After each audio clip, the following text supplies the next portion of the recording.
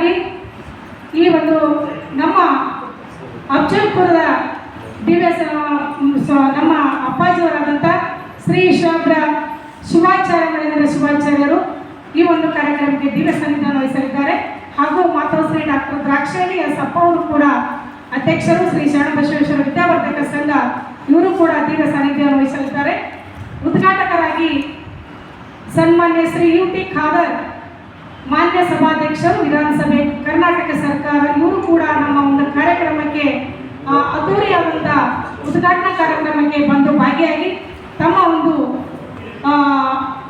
ಆಶೀರ್ವಾದ ಹಾಗೂ ನಮ್ಮ ಎಲ್ಲ ಸಂಘಕ್ಕೆ ಒಂದು ಸ್ಫೂರ್ತಿಯನ್ನು ಕೊಡುವಂಥ ಕೆಲಸ ಮಾಡ್ತಾ ಇದ್ದಾರೆ.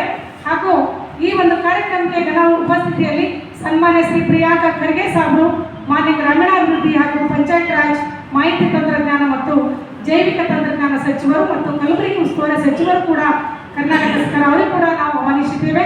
ಅವರು ಕೂಡ ಘನ ಉಪಸ್ಥಿತಿಯಲ್ಲಿ ಬರಲಿದ್ದಾರೆ.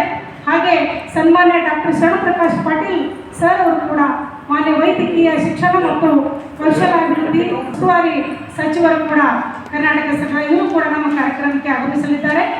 ಹಾಗೆ ಸನ್ಮಾನ್ಯ ಶ್ರೀ ರಹೀಂ ಖಾನ್ ಸರ್ ಅವರು ಮಾನ್ಯ ಪೌರಾಡಳಿತ ಹಾಗೂ ಹಜ್ ಖಾತೆ ಸಚಿವರು ಕರ್ನಾಟಕ ಸರ್ಕಾರ ಇವರು ಕೂಡ ನಮ್ಮ ಕಾರ್ಯಕ್ರಮಕ್ಕೆ ಬಹಳಷ್ಟು ಉತ್ಸುಕತೆಯಿಂದ ಆಗಮಿಸಲಿದ್ದಾರೆ. ಹಾಗೆ ಈ ಕಾರ್ಯಕ್ರಮಕ್ಕೆ ನಮ್ಮ ರಾಜ್ಯಾಧ್ಯಕ್ಷರಾದ ಶ್ರೀಮತಿ ರೋಶಿನಿ ಗೌಡ ಮೇಡಮ್ ಅವರು ಕೂಡ ಆಗಮಿಸಲಿದ್ದಾರೆ.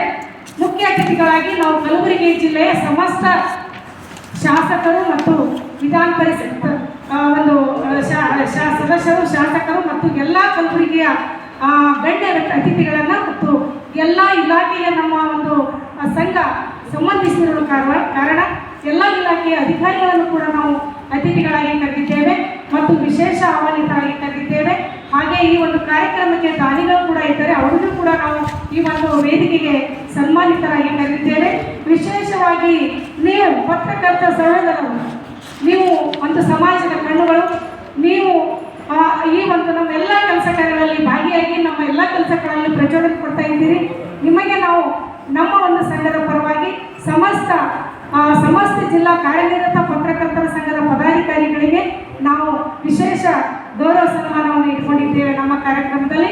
ಹಾಗೆ ಈ ಒಂದು ಕಾರ್ಯಕ್ರಮದಲ್ಲಿ ಒಂದು ಕವನ ಸಂಕಲನ ಕೂಡ ನಾವು ಬಿಡುಗಡೆ ಮಾಡ್ತಾ ಇದ್ದೇವೆ. ಅದು ವಿಶೇಷವಾಗಿ ಮಹಿಳೆಯರಿಂದ, ಅದು ಸರ್ಕಾರಿ ನೌಕರರು ಬರೆದಿರ್ತಕ್ಕಂಥ ಕವನಗಳನ್ನು ಇವತ್ತು ನಾವು ಆ ಒಂದು ವೇದಿಕೆ ಮೇಲೆ ನಾವು ಕವನ ಸಂಕಲನ ಬಿಡುಗಡೆ ಕಾರ್ಯಕ್ರಮ ಕೂಡ ಇಟ್ಕೊಂಡಿದ್ದೇವೆ. ಹಾಗೆ ಮತ್ತೆ ಸಮಸ್ತ ನಾವು ವಿವಿಧ ಕ್ಷೇತ್ರಗಳಲ್ಲಿ ಸಾಧನೆಗಳಿಂದ ಮಹಿಳೆಯರಿಗೂ ಕೂಡ ನಾವು ಗುರುತಿಸಿ ಅವರ ಸಾಧನೆಯನ್ನು ಗುರುತಿಸಿ ಅವರಿಗೂ ಕೂಡ ನಾವು ವಿಶೇಷ ಸನ್ಮಾನವನ್ನು ನೀಡ್ತಾ ಇದ್ದೇವೆ.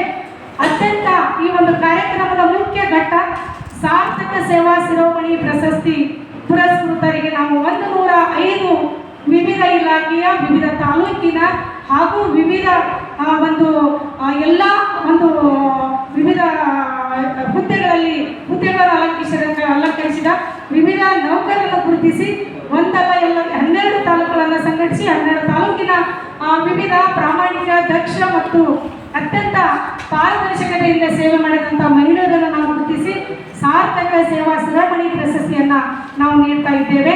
ಇದು ನಮ್ಮ ದಿಟ್ಟ ಹೋರಾಟಗಾರ್ತಿ ಕಿತ್ತೂರು ರಾಣಿ ಚೆನ್ನಮ್ಮ. ಯಾಕಂದರೆ ಈ ತಿಂಗಳು ನಮ್ಮ ಮಹಿಳಾ ದಿನಾಚರಣೆ ತಿಂಗಳವಾಗಿರುವುದರಿಂದ ಕಿತ್ತೂರು ರಾಣಿ ಚೆನ್ನಮ್ಮ ಮತ್ತು ಮೇರಿ ದೇವಾಸಿಯವರು ನಮ್ಮ ಕರ್ನಾಟಕ ರಾಜ್ಯ ಒಂದು ನೌಕರ ಸಂಘದ ಸಂಸ್ಥಾಪಕರಾಗಿದ್ದಾರೆ.